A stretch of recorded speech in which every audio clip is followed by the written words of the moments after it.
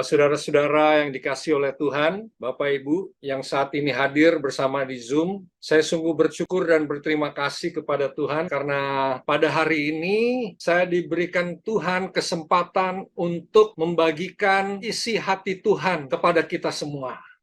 Kita tahu kita hidup di zaman akhir, tanda-tanda sudah jelas bahwa kita hidup di zaman akhir. Sebentar lagi kita bertemu dengan Pencipta kita. Sebentar lagi kita akan bersama-sama Dia menyembah, meninggikan nama Yesus, meninggikan nama Bapa. Sebentar lagi kita tidak akan merasakan yang namanya kesedihan. Sebentar lagi tidak akan merasakan yang namanya kesusahan, penderitaan di dunia ini. Sebentar lagi tidak ada lagi yang namanya keriput, ya. Tidak ada lagi yang namanya ubanan. Tidak ada lagi yang namanya sakit, penyakit dalam kehidupan kita. Tapi kita merdeka. Kita bebas menyembah Tuhan.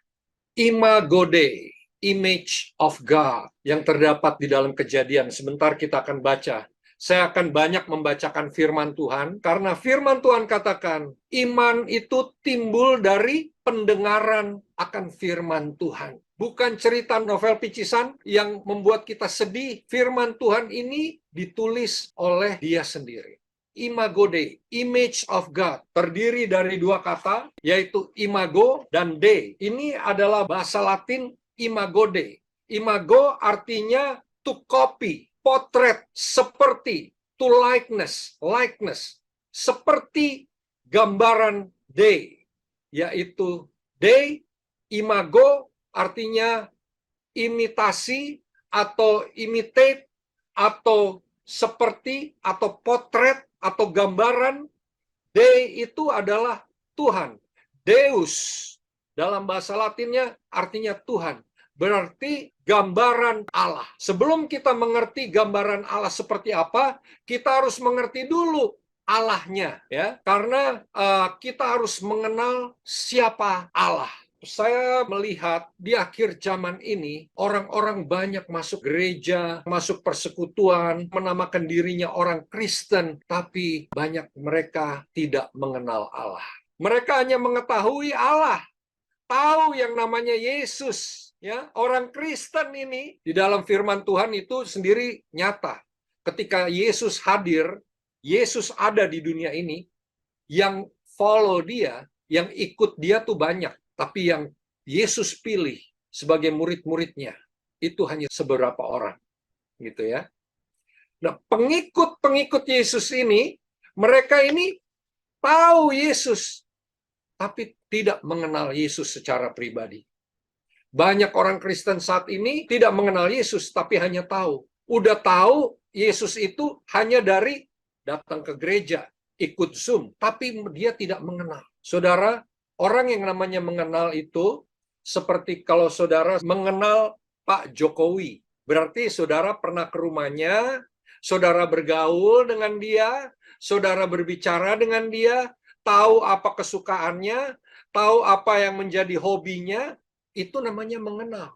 Suami istri saling mengenal satu dengan yang lainnya. Tapi banyak orang Kristen itu tidak kenal siapa Allahnya. Dia tahu namanya Yesus. Di Amerika ini banyak orang yang seperti begitu. Orang yang hanya datang ke gereja sebagai satu kewajiban. Hanya datang ke gereja, ini kan hari Minggu.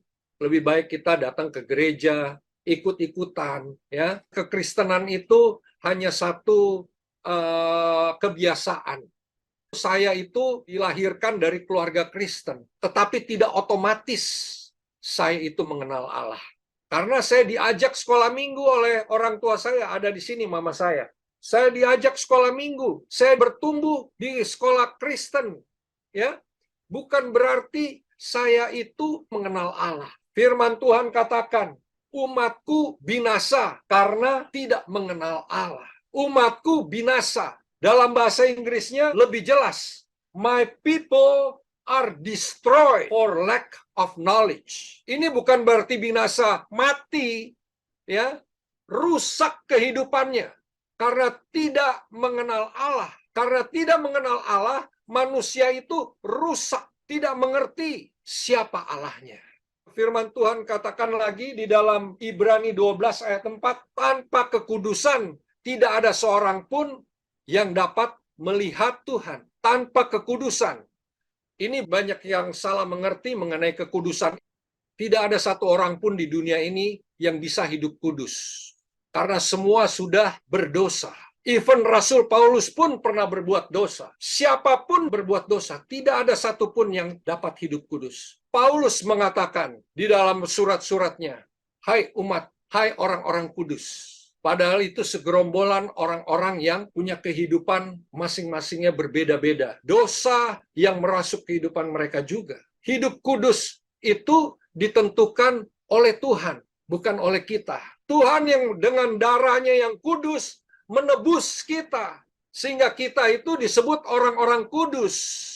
Ya, tanpa kekudusan tidak seorang pun yang dapat melihat Allah. Berarti kita semua tidak bisa melihat Allah karena kita itu masih berbuat dosa kadangkala. Ya. Tidak ada satupun. Yang dimaksud ada kekudusan adalah Yesus. Allah, tanpa Allah yang adalah kudus, tidak ada seorang pun yang dapat melihat Dia. Kalau engkau tidak menerima Yesus, tidak menerima Allah dalam kehidupanmu, engkau tidak dapat melihat Allah. Karena Dia yang kudus. Saudara, Musa ketika bertemu dengan Yesus, ini salah satu nama Allah adalah Yahweh. Ya, ini dikenal dengan Yahweh. Waktu itu Musa mau berhadapan dengan Allah, dia sendiri tunduk melihat Allah karena Tuhan sendiri bilang, jangan dekat-dekat. Jangan dekat-dekat dengan aku, sebab aku kudus. Ya. Musa itu hamba Allah, tapi dia tidak kudus. Karena kekudusan itu datangnya dari Allah sendiri. Yang membuat diri hidup kita itu kudus, datangnya dari Allah sendiri. Dan kita itu diproses untuk menuju kekudusan yang sempurna. Tanpa kekudusan, tidak ada seorang pun yang dapat melihat Allah. Saudara, dengan apa kita bisa mengenal Allah? Modalnya apa? Kalau begitu, bagaimana kita bisa mengenal Allah? Dikatakan di sini, hanya dengan percaya atau melalui iman kita. Sebab firman Tuhan katakan, tetapi tanpa iman tidak mungkin orang berkenan kepada Allah. Sebab barang siapa yang berpaling kepadanya, ia harus percaya bahwa Allah ada dan bahwa Allah memberi upah kepada orang yang mencari Dia. Amin. Dengan iman, modalnya hanya satu, percaya. Percaya nggak kita bahwa Allah itu ada? Nanti kita sama-sama belajar, ya, karena banyak ayat-ayat yang saya akan bagikan kepada kita semua, termasuk dari Kejadian 1. Itu sejarah. Kita harus mengenal sejarah dulu, ya. Sejarah bagaimana penciptaan itu, sehingga kita mengerti arti kata Imago Dei itu asalnya dari mana. Ya. Lalu dikatakan tadi percaya. Saudara percayanya kepada Tuhan. Iblis pun percaya kepada Tuhan. Setan-setan pun percaya adanya Tuhan. Percaya yang model apa? Kita kepada Tuhan. Saya kasih satu gambaran. Cerita ini sudah banyak diceritakan kepada orang, tapi ini saya rasa ini dalam bahasa Inggrisnya, percaya itu yang dimaksud ada dua. Yang pertama percaya trust, yang kedua belief. Dalam bahasa Inggris itu lebih jelas. Dalam bahasa Indonesia itu percaya, satu kata, tapi banyak artinya. Dalam bahasa Inggris ada trust, ada belief. Ya. Nah, trust ini dalam gambarannya begini. Ada satu orang yang namanya Charles Blondin. Charles Blondin ini seorang Inggris, ya, seorang akrobat dari Inggris yang menyeberangi air terjun Niagara pada tahun 1859. Dia orang pertama yang menyeberangi air terjun Niagara. Saya sudah pernah ke air terjun Niagara. 3 kali saya ke sana. Bagus sekali. Wah, luar biasa. Air terjunnya bisa kita lihat, ya, itu dari Amerika. Katanya yang lebih bagus lagi itu dari Kanada. Kalau dari Kanada, air terjunnya itu lebih besar, ya, lebih besar dan lebih indah, kelihatannya lebih bagus. Dari Amerika bagus juga gitu loh, pemandangannya luar biasa dan dalam sekali, ya, dalam sekali, curah sekali, waktu dia jatuh, air uap-uapnya itu bisa sampai ke atas. Di Niagara itu dingin karena dekat dengan Kanada ya, dingin sekali. Nah, orang si Charles Bondin ini yang dari Inggris ini, dia menyeberangi, dia dengan tali ya, tali yang dipasang di satu sudut ke sudut yang lain, dan jaraknya itu jauh. Saya mesti Google itu berapa jauh jaraknya ya, yang dia seberangi. Jauh sekali. Lalu si Charles Bondin ini menyeberangi dengan sebatang tongkat ya.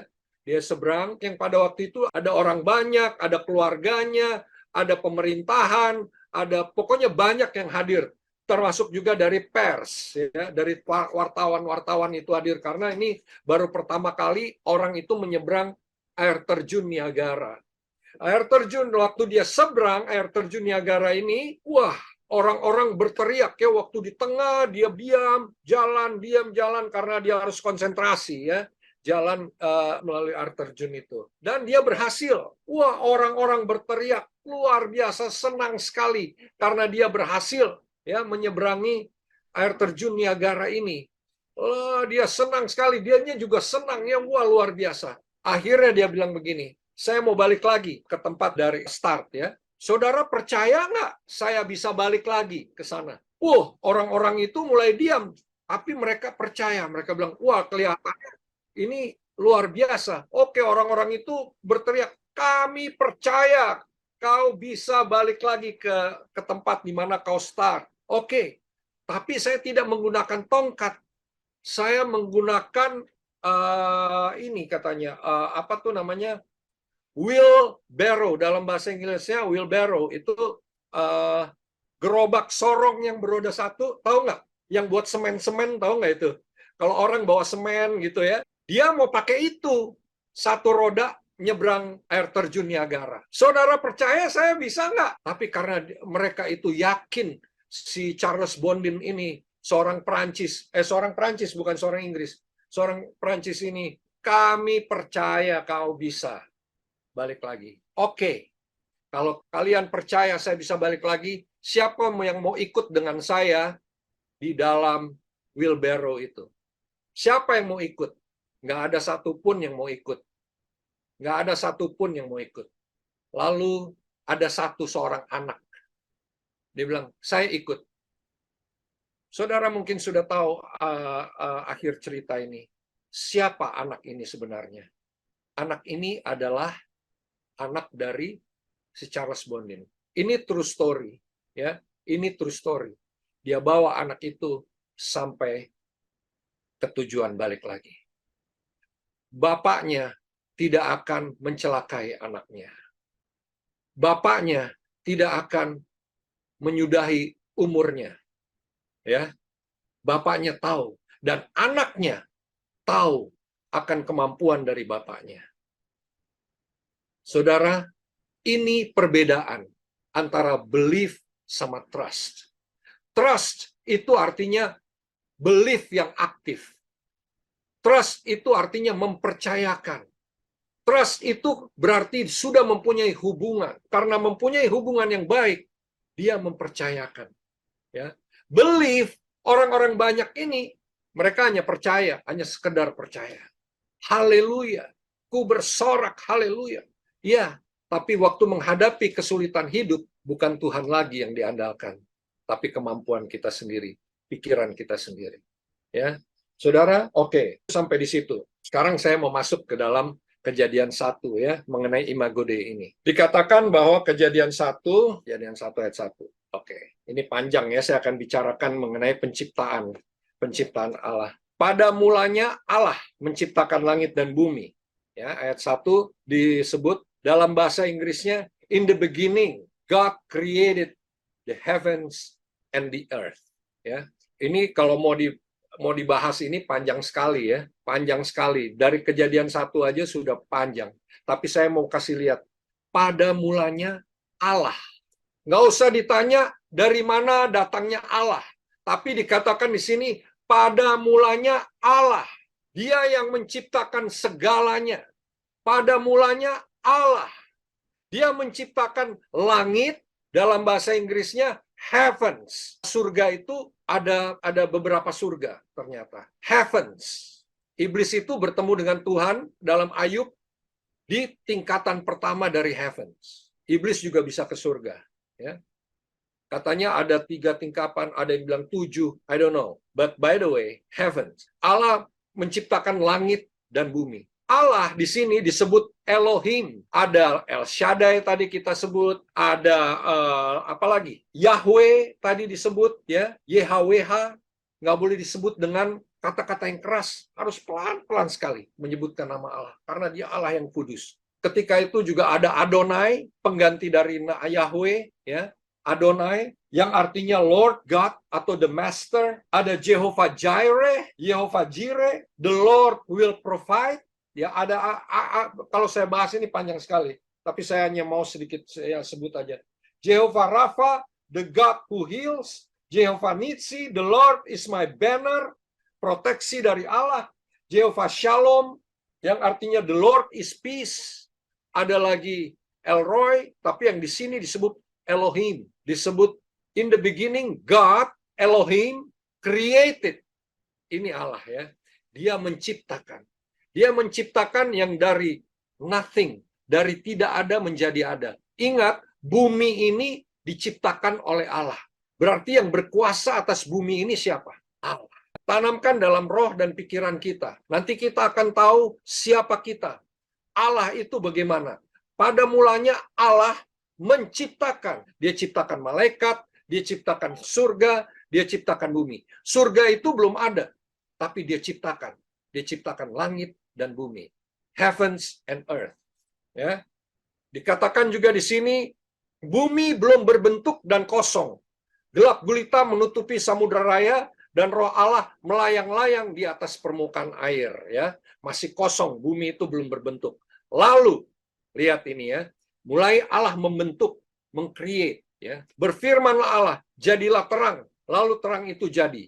Allah melihat bahwa terang itu baik, lalu dipisahkannya lah terang itu dari gelap. Dan Allah menamai terang itu siang, dan gelap itu malam. Jadilah petang, dan jadilah pagi. Itulah hari pertama.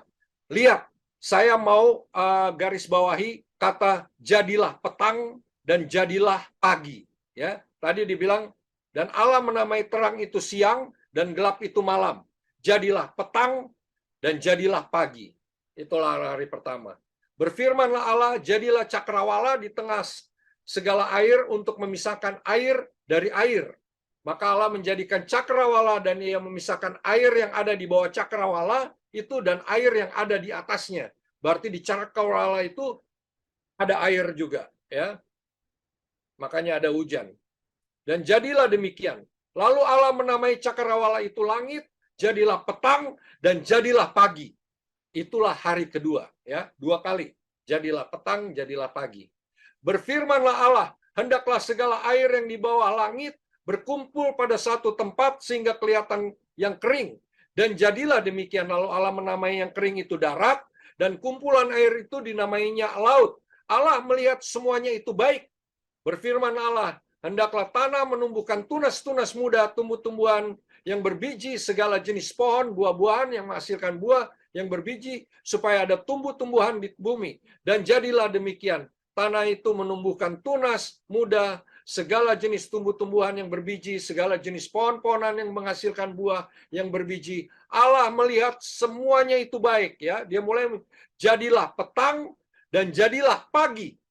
Itulah hari ketiga, ya. Jadilah petang dan jadilah pagi lagi, ya. Itu hari ketiga. Berfirmanlah Allah, jadilah benda-benda penerang pada cakrawala untuk memisahkan siang dan malam. Biarlah benda-benda penerang itu menjadi tanda yang menunjukkan masa-masa yang tetap dan hari-hari dan tahun-tahun. Dan sebagai penerang pada cakrawala, biarlah benda-benda itu menerangi bumi. Dan jadilah demikian. Maka Allah menjadikan kedua benda penerang yang besar itu, matahari, yakni yang lebih besar untuk menguasai siang, dan yang lebih kecil, bulan, menguasai malam. Menjadikan juga bintang-bintang. Allah menaruh semuanya itu di cakrawala untuk menerangi bumi, dan untuk menguasai siang dan malam, dan untuk memisahkan terang dan gelap. Allah melihat bahwa semuanya itu baik. Jadilah petang dan jadilah pagi. Itulah hari keempat. Ya, ya. Yang menarik di sini, yang saya menarik di sini, waktu pertama Allah menciptakan itu, Allah bilang hari pertama itu berfirman Allah, jadilah terang. Lalu terang itu jadi. Dia belum ciptain matahari loh. Dia belum ciptain matahari. Tapi dibilang, jadilah terang. Lalu terang itu jadi. Wow, ini Allah yang kita sembah. Ya, ini Allah yang kita sembah. Dia memancarkan kemuliaannya di muka bumi ini. Nanti kita akan lihat lagi. Ya, baru diciptakan pada hari yang keempat itu matahari dan bulan dan bintang yang menjadi penerangan buat bumi ini. Tapi waktu hari pertama, kedua, ketiga, terangnya itu dari kemuliaan Tuhan. Lalu dikatakan di sini, ya, saya loncat aja, berfirmanlah Allah, hendaklah dalam ayat, saya loncat aja karena waktu, pasti kita sudah mengetahui mengenai penciptaan Allah, tapi saya mau katakan di dalam ayat 23 juga dikatakan, jadilah petang dan jadilah pagi. Itulah hari yang kelima. Lalu dikatakan di sini, ayat 26, berfirman Allah, baiklah kita menjadikan manusia menurut gambar dan rupa kita, supaya mereka berkuasa atas ikan-ikan dan laut, dan burung-burung di udara, dan atas ternak, dan atas seluruh bumi, di atas segala binatang melata yang merayap di bumi. Maka Allah menciptakan manusia itu menurut gambarnya. Allah menciptakan manusia itu menurut gambarnya. Laki-laki dan perempuan diciptakannya mereka. Allah memberkati mereka, lalu Allah berfirman kepada mereka, beranak cuculah, bertambah banyaklah, penuhilah bumi, dan taklukkanlah itu.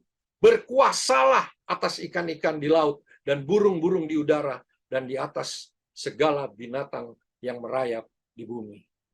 Saudara, penciptaan manusia adalah blueprint Allah, ya.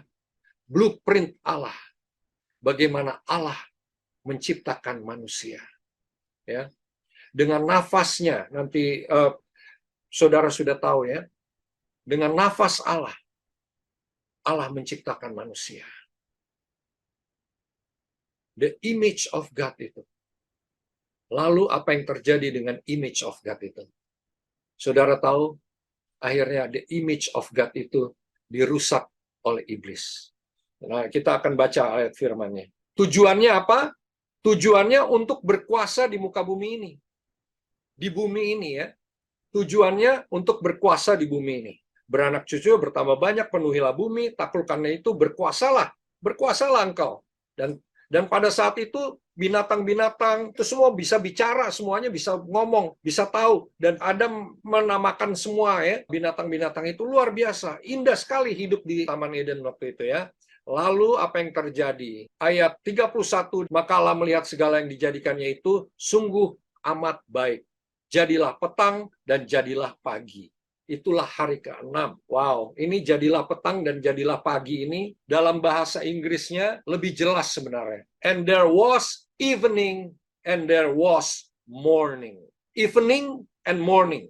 Evening, kalau orang bilang selamat malam, bukan good night, ya. Good evening. Kalau mau tidur baru good night gitu, ya. Good night gitu. Tapi kalau dalam pertemuan, kalau malam itu selalu orang bilang good evening dan morning, pagi, ya, selalu diucapkan. Lalu ayat yang kedua dikatakan demikian. Saya lengkap aja, setelah penciptaan hari ke-6, lalu ayat 1, demikian diselesaikan langit dan bumi dan segala isinya, ketika Allah pada hari ke-7 telah menyelesaikan pekerjaan yang dibuatnya itu, berhentilah ia pada hari ke-7 dan dari segala pekerjaan yang telah dibuatnya itu. Lalu Allah memberkati hari ke-7 itu, menguduskannya, karena pada hari itulah ia berhenti dari segala pekerjaan penciptaannya. Tanamkan itu, ya. Tanamkan itu. Allah berhenti dari penciptaannya. Setelah dia menciptakan hari pertama. Saudara tahu, satu hari menurut firman Tuhan itu berapa lamanya? 1000 tahun, ya. Itu satu hari. Ya, 1000 tahun. Ini kita akan melihat, ya, dari penciptaan. Kita akan melihat garis besarnya nanti, ya. Blueprint Allah itu sampai menyelamatkan manusia. The image of God itu mau diselamatkan oleh Allah, ya. Bagaimana Allah mengasihi umat ciptaannya, bagaimana dia sayang terhadap ciptaannya. Lucifer ketika dia jatuh di dalam dosa, Tuhan tidak menyelamatkan Lucifer. Tuhan tidak menurunkan Yesus untuk menyelamatkan Lucifer. Tetapi kenapa manusia yang menjadi fokus daripada hati Allah penciptaan itu? Kenapa hanya manusia? Manusia itu jatuh dalam dosa. Harus ada penebus yang menebus umat manusia. Karena kita itu adalah the image of God. Kita itu adalah gambaran Allah. Tetapi sayang, gambaran Allah ini banyak yang tidak mengerti. Ya, ketika mereka menerima Yesus sebagai Tuhan dan Juru Selamat, you are the image of God. Tapi waktu kita belum menerima Yesus sebagai Tuhan dan Juru Selamat, kita itu belum. Walaupun kita umat ciptaannya, tapi image-nya Tuhan itu belum ada di dalam kehidupan orang itu. Saudara, saya percaya semuanya ini orang yang sudah diselamatkan oleh Tuhan. Image of God itu ada dalam kehidupan kita. Yaitu untuk apa? Yaitu untuk apa? Dikatakan di sini, lalu ketika the image of God itu manusia, kita tahu semua ceritanya, ular itu datang mempengaruhi Hawa untuk memakan buah apel, lalu dimakan buah apel dan diberikan kepada suaminya. Suaminya Adam juga memakannya. Ini awal dari penderitaan manusia. Ini awal dari kejatuhan manusia. The image of God itu hilang dari kehidupan manusia. Lalu apa yang terjadi di sini? Di sini dibilang gini. Ini menarik sekali kalau saudara baca Kejadian, ya. Kejadian 3 dikatakan, adapun ular ialah yang paling cerdik dari segala binatang di darat yang dijadikan oleh Tuhan. Lalu berfirmanlah Tuhan Allah kepada ular itu, karena engkau berbuat demikian, terkutuklah engkau di antara segala ternak dan di antara segala binatang hutan. Dengan perutmu lah engkau akan menjalar, dan debu tanahlah akan kau makan seumur hidupmu. Aku akan mengadakan permusuhan antara engkau dan perempuan ini, antara keturunanmu dan keturunannya. Keturunannya akan meremukkan kepalamu, dan engkau akan meremukkan tumitnya. Saudara tahu mengenai petang dan pagi tadi? Yaitu Tuhan selalu memisahkan antara kegelapan dan terang. Ya, Tuhan memisahkan kegelapan dan terang. Setiap dia menciptakan, dia pisahkan itu kegelapan dan terang. Dia pisahkan itu iblis, ya, yang sudah ada di dalam dunia ini, dipisahkan untuk dengan terang itu. Dia pisahkan itu, ya. Dan iblis itu, si kegelapan itu masuk, ya. Di sini dia berbicara bukan soal ular, tapi ini kata kiasan, ya. Lalu berfirmanlah Tuhan kepada ular itu. Berfirmanlah Tuhan kepada iblis. Karena engkau berbuat demikian, terkutuklah engkau di antara segala ternak, ya. Dengan perutmu lah engkau akan menjalar, dan debu tanah lah engkau akan makan seumur hidupmu. Ular tidak makan debu tanah, ular makan juga binatang-binatang yang lain. Tapi dia berbicara mengenai iblis. Di sini dikatakan, aku akan mengadakan permusuhan antara engkau dan perempuan ini, antara keturunanmu dan keturunannya. Keturunannya akan meremukkan kepalamu, dan engkau akan meremukkan tumitnya. Saudara tahu ini firman mengenai apa? Allah itu berbicara mengenai Yesus nanti yang akan meremukkan kepala si ular itu.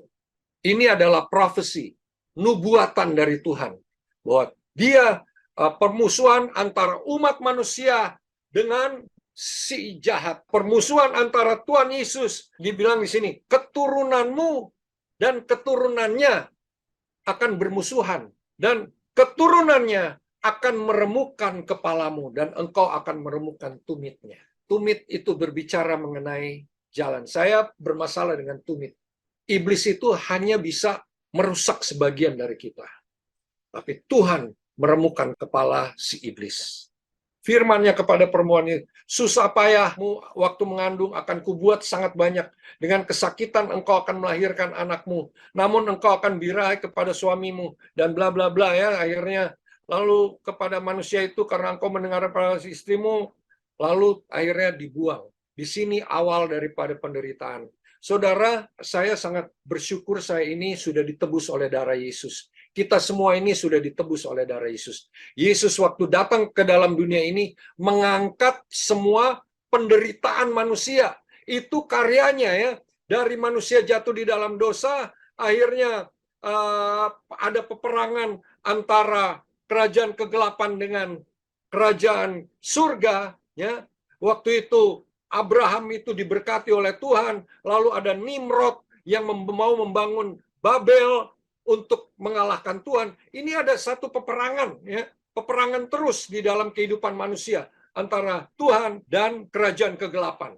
Peperangan terus di dalam kehidupan. Saya bersyukur kepada Tuhan, ya. Yesus datang ke dalam dunia ini menghapus itu semua, mengembalikan image kita, gambaran Allah dalam kehidupan kita.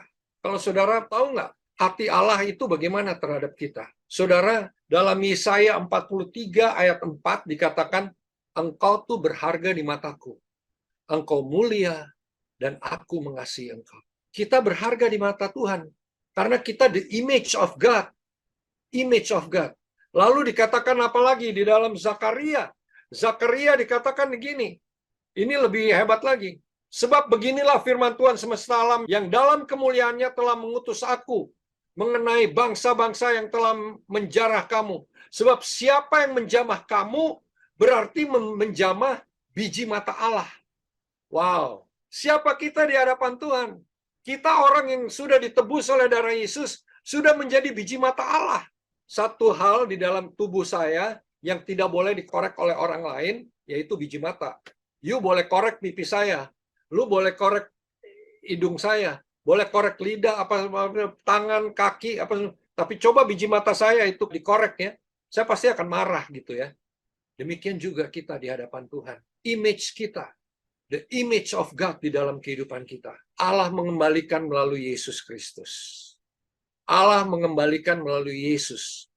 Karena begitu besar kasih Allah akan dunia ini, sehingga Dia menyelamatkan. Kita baca aja ayatnya ya. Itu ayat yang sangat terkenal di dalam Yohanes 3 ayat 16. Saudara kita supaya kita tahu ya, mungkin kita udah sering baca ayat firman Tuhan ini. Dikatakan karena begitu besar kasih Allah akan dunia ini sehingga Ia telah mengaruniakan anaknya yang tunggal supaya setiap orang yang percaya kepadanya tidak binasa, ya, hanya percaya, tidak binasa, melainkan beroleh hidup yang kekal. Sebab Allah mengutus anaknya ke dalam dunia bukan untuk menghakimi dunia. Yesus datang ke dalam dunia untuk pertama kali, bukan untuk menghakimi kita. Yang menghakimi kita itu selalu iblis, ya, melainkan untuk menyelamatkannya oleh Dia. Barang siapa percaya kepadanya, ia tidak akan dihukum. Barang siapa tidak percaya, ia telah berada di bawah hukuman. Sebab ia tidak percaya dalam nama anak tunggal Allah. Saudara, Yesus sangat mengasihi kita. Salah satu nama Allah adalah Aba. Aba ya Bapa. Aba. Banyak kali orang tidak dapat menyebutkan nama Aba. Banyak kali kita tidak bisa menyebut, tidak bisa memproyeksikan atau mengimajinasikan Allah sebagai Bapa. Saudara, karena apa? Hubungan manusia itu ditentukan dengan hubungan kita di dalam keluarga. Saya banyak kali mendengar bahwa orang tuh nggak bisa menyebutkan Bapak. Bapak, Bapak gitu ya. Bapak iya ya, tapi Bapak. Tidak ada roh itu di dalam kehidupan kita yang bisa banyak orang itu menyebutkan nama Bapa. Karena apa? Karena Bapa di dunia ini tidak menggambarkan image of God. Bapa di dunia ini banyak menjengkelkan anak-anaknya. Bapa di dunia ini banyak menyakiti hati anak-anaknya. Waktu dia itu mau bicara mengenai Bapa, banyak hamba-hamba Tuhan pun, sekalipun hamba Tuhan yang tidak mempunyai hubungan baik dengan orang tuanya, dengan bapaknya, sulit untuk menggambarkan Allah Bapa. Tuhan iya, sebagai sahabat iya, tapi sebagai Bapa, sulit dia itu menggambarkannya.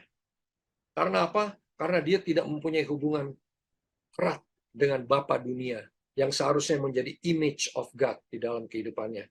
Banyak anak-anak hamba-hamba Tuhan berantakan hidupnya. Padahal anak hamba-hamba Tuhan. Di Amerika ini banyak. Bahkan mereka itu melakukan hal-hal yang tidak berkenan, memalukan nama orang tuanya. Karena the image of God itu tidak ada di dalam kehidupannya. Mari saudara-saudara, the image of God itu yang sudah diberikan oleh Yesus, biarlah kita taruh di dalam kehidupan kita, bahwa kita mengerti bahwa kita adalah image of God, adalah biji mata Allah, gambaran Allah dalam kehidupan kita. Tuhan Yesus waktu dia disalibkan, lalu dia katakan, sudah selesai. Sudah selesai itu, sudah selesai apa? Sudah selesai. Sudah selesai semuanya. Bahwa manusia itu akan kembali berhubungan dengan Tuhan. Bahwa manusia itu akan bisa kembali kepada Tuhan. Yang tadinya susah, ya, manusia, ya, perjanjian lama itu, kasihan orang-orang di perjanjian lama itu. Karena mereka itu hanya nabi-nabi yang datang kepada Tuhan. Banyak orang yang tidak bisa mempunyai hubungan dengan Tuhan.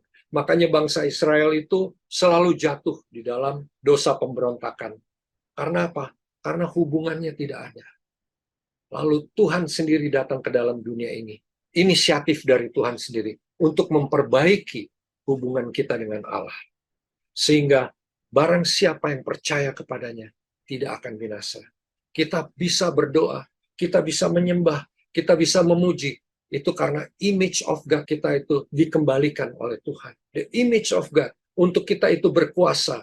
Untuk kita itu bisa berkreasi di dalam dunia ini. Bergerak di dalam dunia ini. Dengan bebas. Saudara, bukan lagi di bawah penderitaan. Bukan lagi di bawah kesusahan. Tapi semuanya sudah selesai di atas kayu salib. Sudah selesai, firman Tuhan katakan. Dan akhirnya, saudara, satu hal yang kita tahu, ciri-ciri orang yang mengenal Allah adalah tanda-tandanya orang yang mengenal Allah itu bagaimana? Tanda-tandanya yaitu di dalam firman Tuhan dikatakan orang yang melakukan perintahnya. Ya. Dalam 1 Yohanes 2 ayat 3 dikatakan, dan inilah tandanya bahwa kita mengenal Allah, yaitu jikalau kita menuruti perintah-perintahnya. Dan inilah tandanya. Kalau kita itu menuruti perintah-perintahnya. Saudara, seringkali kita tidak mematuhi perintah-perintahnya. Ya. Salah satu perintahnya yaitu apa? Ini yang sangat penting. Pergilah. Matius 28 ayat 18-20. Yesus mendekati mereka dan berkata, kepadaku telah diberikan segala kuasa di surga dan di bumi. Lihat ya, dikembalikan image-nya kepada kita. Aku diberikan kuasa di surga dan di bumi. Karena itu pergilah, perintah, ya, perintah. Karena itu pergilah, jadikanlah semua bangsa muridku dan baptislah mereka dalam nama Bapa dan Anak dan Roh Kudus, dan ajarlah mereka melakukan segala sesuatu yang telah kuperintahkan kepadamu, dan ketahuilah aku menyertai kamu senantiasa sampai kepada akhir zaman. Saudara, ini adalah perintah. Tidak ada kata lain di dalam orang yang sudah dimenangkan oleh Yesus, yang sudah mempunyai Yesus di dalam kehidupannya. Firman Tuhan katakan, pergilah. Oh, saya ini hanya ibu rumah tangga kok. Oh, saya ini hanya anak sekolah. Sudah orang lain, Jo. Ya, orang Manado bilang, ngoni, Jo. Ngoni-ngoni, Jo tuh yang pergi. Kita enggak usah pergi. Ya. Itu berarti kita tidak mengenal Allah. Firman Tuhan ini udah jelas. Tipe tanda-tanda orang yang mengenal Allah adalah orang yang melakukan perintah-perintahnya. Salah satu perintahnya adalah pergilah.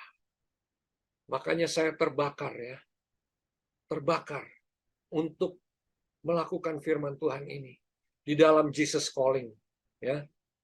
Di dalam Jesus Calling ini. Perintah ini yang sangat penting karena perintah ini adalah perintah terakhir yang diberikan oleh Tuhan untuk kita itu bisa menjadi berkat bagi banyak orang. Pergilah, jadikanlah semua bangsa muridku. Saudara, kita sebagai anak-anak Tuhan jangan hanya puas menjadi orang Kristen yang baik.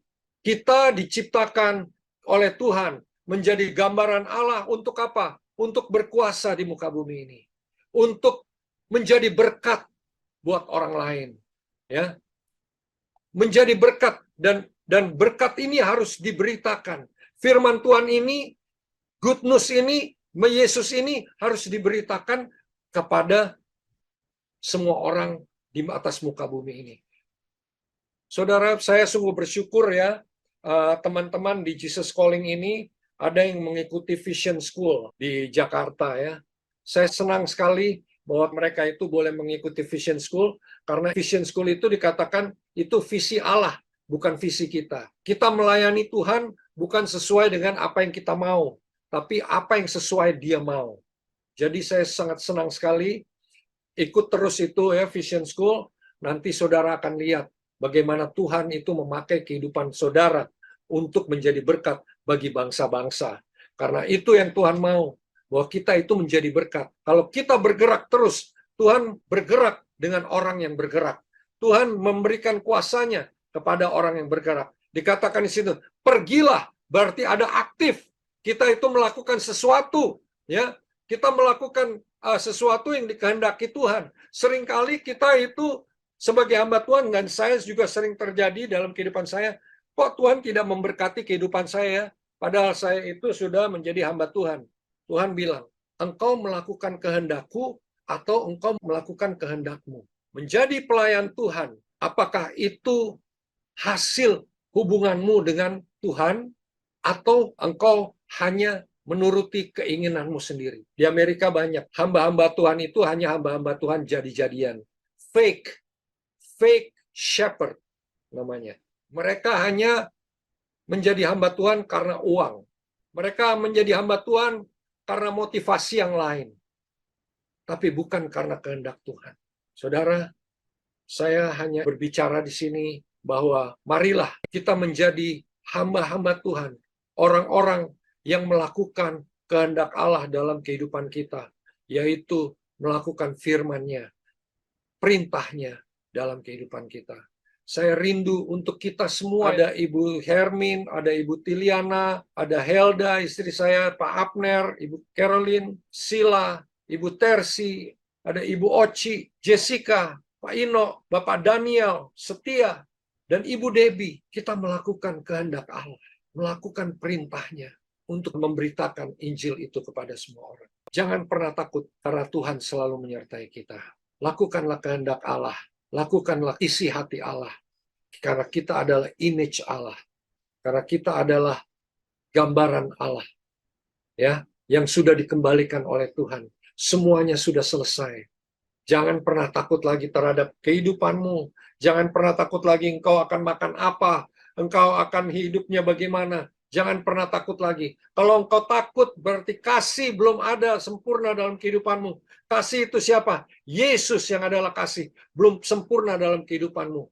Tapi kalau Yesus ada dalam kehidupan kita, kita tidak perlu takut lagi menghadapi apapun di dalam dunia ini. Kita tidak perlu takut lagi, karena Yesus yang bersama-sama dengan kita. Dan satu hal yang saya mau bagikan ini terakhir. Saudara, semua penciptaan Allah ini, tadi dari hari pertama, hari kedua, hari ketiga, hari keempat, sampai hari ketujuh. Waktu hari ketujuh, dia itu istirahat. Hari pertama ada batasnya, ada hari kedua. Hari ketiga ada batasnya, hari keempat. Semua itu ada batasnya, waktu dia menciptakan. Dan hari ketujuh dia tidak menciptakan lagi. Artinya apa? Dia mau hidup sebenarnya waktu manusia belum jatuh. Dia mau hidup, mempunyai hubungan dengan orang, dengan ciptaannya, yaitu kita semua. Pada hari yang ketujuh, dia berhenti. Dia ingin mempunyai hubungan dengan kita. Dan dia menciptakan, itu ada tujuan. Blueprint Allah itu ada tujuan, yaitu menyelamatkan umat manusia. Tujuannya adalah supaya kita itu, umat ciptaannya itu bisa berfungsi yang benar. Mari cari tahu, kita itu berfungsi nggak di hadapan Tuhan? Fungsi. Karena waktu Tuhan itu menciptakan, Tuhan menciptakan dengan membuat kita itu berfungsi, ya.